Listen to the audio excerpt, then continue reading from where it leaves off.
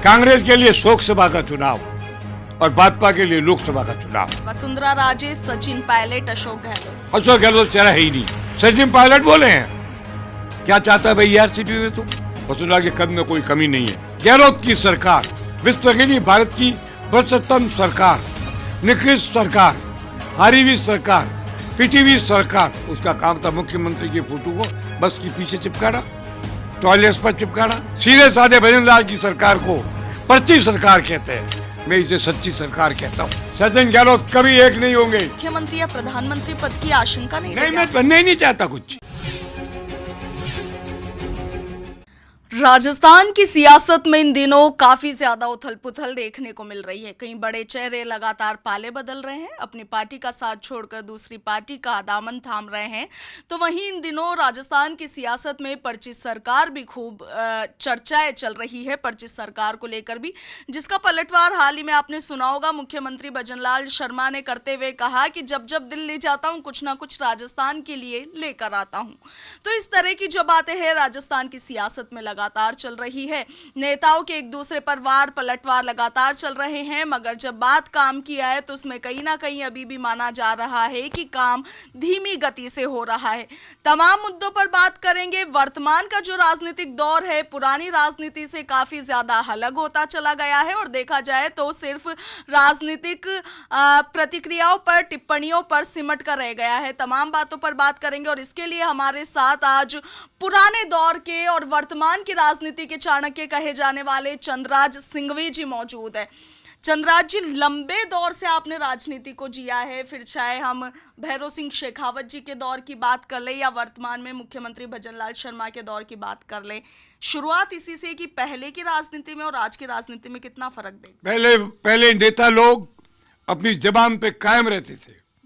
जब कोई आदमी पार्टी बदलता था तो सब जगह उसकी निंदा होती थी और अब प्रशंसा होती है।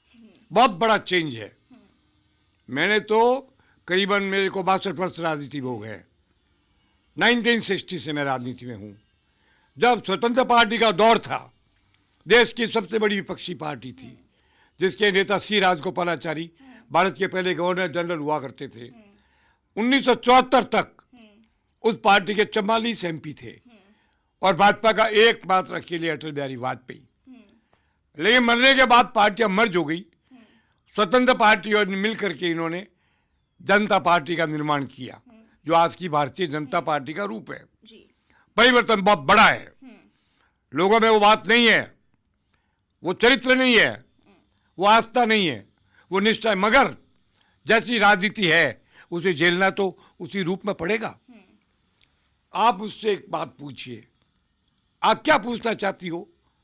अगर आप ये मैं जानूं तो मैं आपको सत्य बात बताऊंगा। अब आप भाई, पिछली सरकार, गहलोत की सरकार, विश्व के लिए भारत की भ्रष्टतम सरकार, निकृष्ट सरकार, हारी हुई सरकार, पिटी हुई सरकार और बुझी हुई सरकार, कुछ भी नहीं किया। उसका मैंने एक नाम दिया था, फर्जी सरकार। वो फर्जी सरकार थी। उसका काम था मुख्यमंत्री की फोटो को थंबे थंबे पर चिपकाना, बस के पीछे चिपकाना, टॉयलेट्स पर चिपकाना। वो सरकार खत्म हो गई। और उस सरकार के नेता सीधे साधे भजन लाल की सरकार को पर्ची सरकार कहते हैं। मैं इसे पर्ची सरकार नहीं कहता, मैं इसे सच्ची सरकार कहता हूं। ये जो प्रचार चल रहा भजन लाल जी के खिलाफ, ये कांग्रेस ही नहीं कर रहे हैं। कांग्रेस की आड़ में कुछ वो लोग जो उम्मीद करते थे कि हम बन सकते हैं मुख्यमंत्री, नहीं बने, उनका भी इसके पीछे हाथ है। मैं नाम लेना नहीं चाहता, मगर आप एज ए पत्रकार, एज ए ब्रिलियंट पत्रकार अच्छी तरह जानती है कि वो लोग कौन है। ऐसा कुछ नहीं होगा। भजनलाल मुख्यमंत्री बनाए, एक सिंपल कार्यकर्ता से बनाए, अच्छा काम कर रहा है। कौन कौन सी घोषणाएं पूरी नहीं की?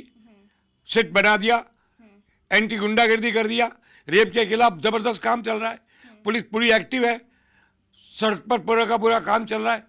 He has done everything good. इस सरकार को। चंद्रराज जी, आप कुछ नेताओं का जिक्र कर रहे थे, कह रहे हैं कि आप एज एन पत्रकार जानते, पर जो हमारे दर्शक उनको अगर थोड़ा हिंट मिल जाए तो। हिंट है, बहुत है।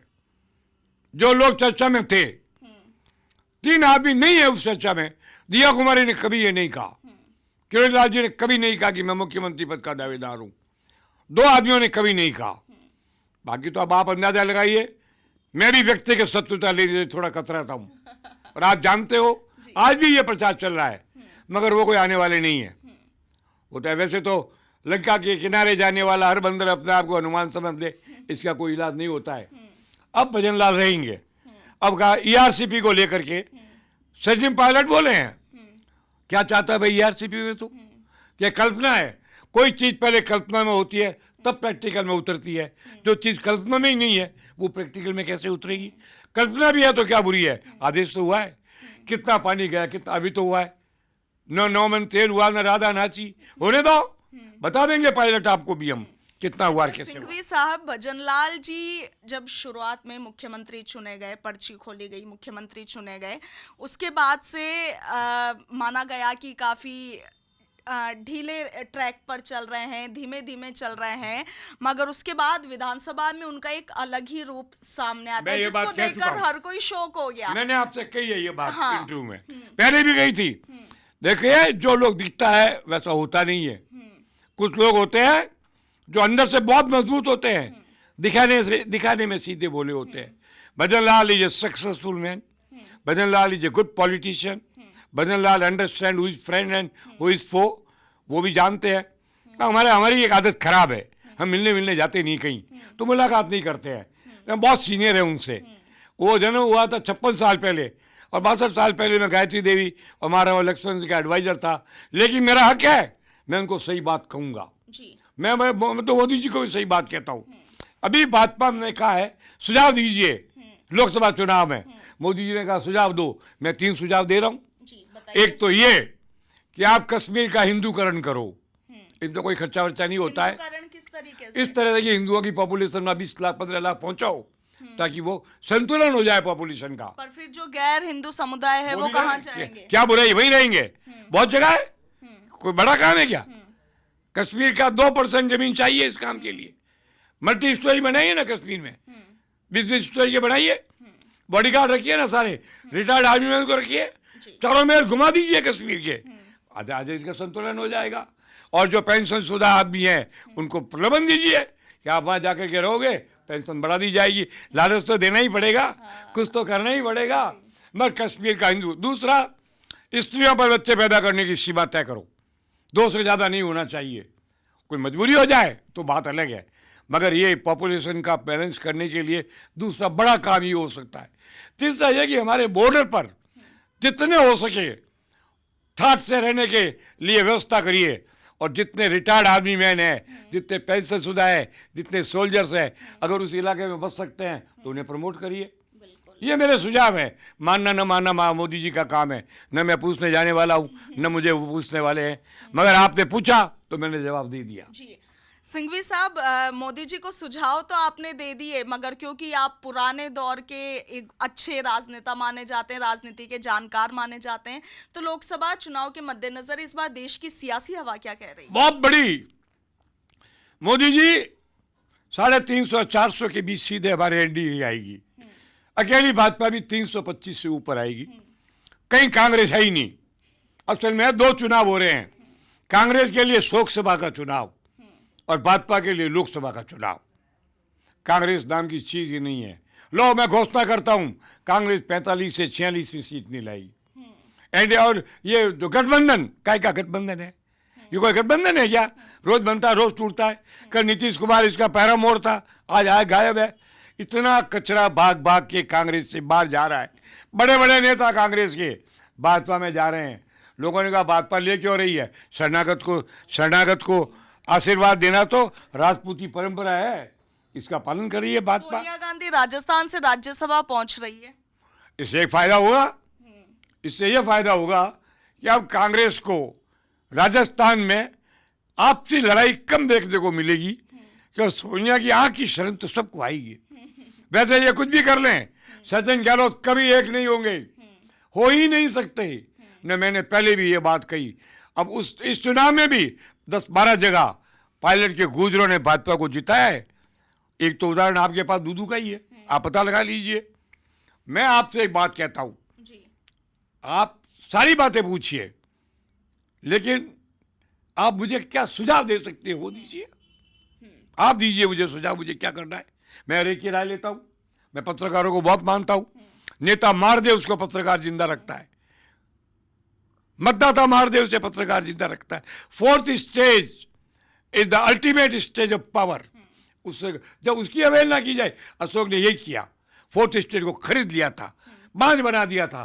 केवल अखबारों में अशोक की चर्चा आती थी और किसी की आती नहीं थी, आती थी तो फोन चला जाता था। ये काम तो भजनलाल नहीं कर रहा है। Bhajanlal is very fair, he is not foul at all. अब लोगों ने कहा था आप तारीफ क्यों, मैं कोई अपने लिए करता हूँ, I have no desire, I have fulfilled all the ambition. इसको पूजा करने में राजस्थान के वरिष्ठ नेताओं को मृत्यु तक इंतजार करना पड़ेगा, इसलिए मैं निश्चिंत होकर बोलता हूँ। सिंघवी साहब, आपने हमें बताया था कि एक बार नरेंद्र मोदी ने आपके सामने चाय की ट्रे रखी थी और कुछ एक आपसे निवेदन किया था, वो किस्सा क्या था? नहीं नहीं, वो बहुत चाय की ट्रे का तो उनकी और फॉर्मेलिटी है।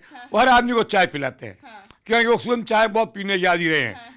मैं गया था, मुझे बुलाया था इसलिए कि उस चुनाव में नरेंद्र मोदी जी की पार्टी के सामने भारतीय जनशक्ति की उमा जी ने 54 आदमी खड़े किए थे। तो निश्चित रूप से बुला के समझाया कि उमा जी के इस प्रकार करने से हिंदुत्व और भारतीयता का नुकसान होगा। मैंने उनके आदेश का पालन किया और भगवान की कुदरत रही कि उमा भारती गुजरात में आई नहीं उस चुनाव में, और नरेंद्र मोदी जी 8 वोट से मुख्यमंत्री बने। इनके 76 आए थे और कांग्रेस की 68। ईश्वर की दया है। मैं तो कहता हूँ ये मौका मिलना मेरे भाग्य का सौभाग्य था। एक बार और मौका हुआ था जब नीतीश कुमार मोदी जी के बारे में बोला कि मोदी टोपी क्यों नहीं पहनता है, तब मोदी जी का फोन आया था, मैंने खुद ने उठाया था। फरमाइए कि ये कि आप जिस पार्टी के राष्ट्रीय महासचिव हैं उसका मुख्यमंत्री ये क्या बकवास करता है, मैं तो इलाज कर दूंगा इसका। और किया। मेरे को बार बार नीतीश कुमार तुम कहते हो मोदी टोपी क्यों नहीं पहनता है, तू गुलाम नबी से पूछ वो जनेऊ क्यों नहीं पहनता है। खूब चला, मेरा नाम हुआ, लोगों ने कहा। उसके बाद में मोदी जी से बात भी इतना ही कह के मैं आ गया, पर मैं बार बार जा कर के किए हुए को याद नहीं दिलाता, अपने लिए मांगता नहीं। मेरे टिकट की इच्छा ही नहीं है। मैं वो राजनीति करता हूँ जिसमें वोट का महत्व ही नहीं है। मैं कद की राजनीति करता हूँ। कद की राजनीति माँ शारदा की कृपा से होती है और विद्या से होती है। अच्छा सिंघवी साहब, आप कह रहे हैं कि प्रधानमंत्री नरेंद्र मोदी, अटल बिहारी वाजपेयी, भैरव सिंह शेखावत जैसे दिग्गजों की राजनीति को आपने जिया, उनके साथ आपके गहरे संबंध भी रहे। क्या आपने कभी मुख्यमंत्री या प्रधानमंत्री पद की आशंका नहीं? नहीं, मैं बनना ही नहीं चाहता कुछ। मुझे तो कई बार लोगों ने कहा आप वहाँ जाओ, वहाँ जा क्या करूँ। मैं आपसे एक बात बता दूँ, हर आदमी का कैरिना होता है, उसकी साइज होती है। वो आदमी जिन्हें लोग सुनना नहीं चाहते वो पद की आकांक्षा, वो तो लोग सुनते हैं। मैं हिंदुस्तान का बेस्ट स्पीकर अनाउंस हुआ भाई जवाहरलाल नेहरू, लोग सुना करते थे, बचपन में सुना करते थे। मैं भाषण देता था तो वंश वोर हुआ करता था। ये धर्मेंद्र के वसुंधरा से पूछ लेना, उसके चुनाव में 25 जगह मेरे भाषण पर वंश वोर हुआ। ये कोई हर एमपी और राज्यसभा मेंबर का नहीं होता है। आई एम हैप्पी पीपल सुने, लोग मुझे समझे। पद में क्या है, पद तो आता है जाता रहता है, पद की कोई परमानेंट है, एज कद परमानेंट है पर टेम्परेरी है। सिंघवी साहब, राजस्थान की सियासत के 3 बड़े चेहरे हैं, वसुंधरा राजे, सचिन पायलट, अशोक गहलोत। क्या ख्याल है तीनों के? मैं आपकी बात नहीं मानता। अशोक गहलोत चेहरा है ही नहीं, वो चेहरा तो कभी का विकृत हो चुका था। दूसरा पूछा वसुंधरा का, वसुंधरा के कद में कोई कमी नहीं है, इसलिए उनको पद से आंकना मूर्खता होगी। तीसरा किसका नाम लिया? लेकिन आजकल वो थोड़ी राजनीति से गायब सी दिखाई दे रही है। ये उनका लुकआउट है। मैं उनका पॉलिटिकल एडवाइजर रहा हूँ। उन्होंने मुझे कैबिनेट मंत्री बनाया, 20 सूत्री का अध्यक्ष बनाया। वो मेरी हर बात मानती थी, मैं उनको हर बात कहता था। मैं उनके साथ में 50 दिन में उनके साथ में घर पे भी मॉर्निंग में जाता था। मैं था, गोविंद मोहन, सुधांशु मित्तल जैसा मजबूत तो आदमी। आपने तो उन्हें काफी करीब से बहुत देखा करीब से। है ना? तो क्या वाकई में मुख्यमंत्री पद नहीं मिलने की वजह से या कोई बड़ा पद नहीं मिलने की वजह से नाराज है वो पार्टी से? अगर ऐसा है तो मैं ये कहूंगा कि हमारे बहन की भूल है। उनको मालूम है कद कितना बड़ा है। आप कद की ऊंचाई को पद की स्केल से नहीं नाप सकते। मैं आपको आज का उदाहरण देता हूं। पद केवल राजनीतिकों का कद नहीं होता है, कद हर एक का होता है। ऐसे ऐसे लोगों के कद बड़े हैं। अब विद्यासागर जी, पता क्या उनके पास कद था, पर्सनैलिटी थी। आज पंकज उदास की डेथ हुई है, पता क्या उसके पास कद था।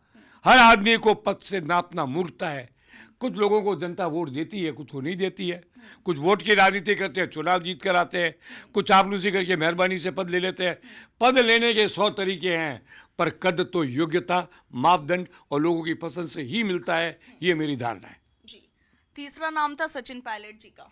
अच्छा लोकप्रिय आदमी है, अब अपनी पार्टी में इज्जत बचाने के लिए बोलना पड़ता है, तो वो ये भूल जाता है कि वो लोकप्रिय है, तो वो पार्टी प्रिय होना चाहता है।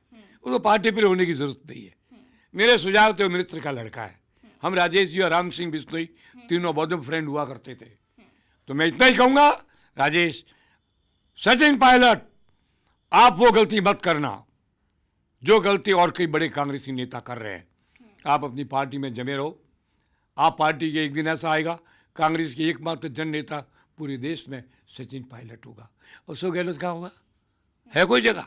आप बताएं। जगह ही नहीं है। Gehlot has no place. His and his family's chapter of politics is closed. It is sealed like iron curtain, as in the Russian democracy, when the truth was denied, the truth was hidden behind the iron curtain. वो स्थिति होगी गहलोत की। बहुत मजे नहीं है 15 साल तक। अब 15 साल तक प्रतीक्षा करो। तो ये थे चंद्रराज सिंघवी, जिन्हें राजनीति का चाणक्य कहा जाता है। ये वो एक ऐसे राजनीति के जानकार है जिन्होंने अटल बिहारी वाजपेयी के समय की राजनीति को भी जीना, और इसके साथ ही राजस्थान के जो दिग्गज मुख्यमंत्री रहे भैरों सिंह शेखावत, उनके दौर की राजनीति को भी जीना और जिया है। और इसके साथ ही वर्तमान में भी लगातार जो राजनेता है प्रदेश के या देश के, उन्हें अपनी जानकारी से अवगत करवाते रहते हैं, यानी कि इनके हिसाब से वो उन्हें समय समय आने पर उन्हें राजनीति में क्या कुछ कदम उठाए जाने चाहिए, इसके बारे में जानकारी देते रहते हैं। प्रदेश के तमाम मुद्दों पर चंद्रराज सिंह सिंघवी से हमने बातचीत की। आपका क्या ख्याल है? जो कुछ भी जवाब इन्होंने सचिन पायलट, अशोक गहलोत, वसुंधरा राजे को लेकर दिए, इसके साथ ही वर्तमान मुख्यमंत्री भजनलाल शर्मा को लेकर भी इन्होंने जो कुछ कहा, उस पर आपका क्या कहना है? कमेंट सेक्शन में जरूर बताइएगा। फिलहाल के लिए इतना ही। मैं आपके साथ इशिका जैन, वीडियो जर्नलिस्ट कृष्ण कुमार शर्मा के साथ, पंजाब केसरी, राजस्थान।